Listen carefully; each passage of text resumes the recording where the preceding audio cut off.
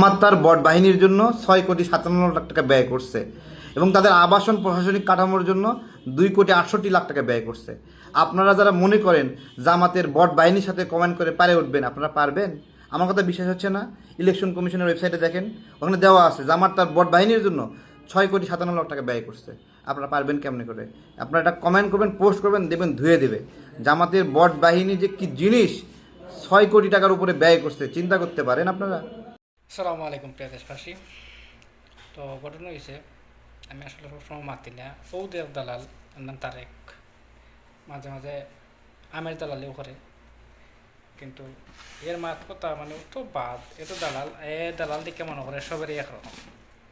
এর আসলে বয়কট করা উচিত। এর এমন দালালে অন্য বিক্রয় এর বিরুদ্ধে মাতে এর আসলে বয়কট করা উচিত। আর এর আপনারা চিনে রাখুক। সালাম। জামাত তার বট বাহিনীর জন্য 6,57,00,000 টাকা ব্যয় করছে এবং তাদের আবাসন প্রশাসনিক কাঠামোর জন্য 2,68,00,000 টাকা ব্যয় করছে। আপনারা যারা মনে করেন জামাতের বট বাহিনীর সাথে কমেন্ট করে পারে উঠবেন, আপনারা পারবেন? আমার কথা বিশ্বাস হচ্ছে না? ইলেকশন কমিশনের ওয়েবসাইটে দেখেন, ওখানে দেওয়া আছে জামাত তার বট বাহিনীর জন্য 6,57,00,000 টাকা ব্যয় করছে। আপনারা পারবেন কেমনে করে?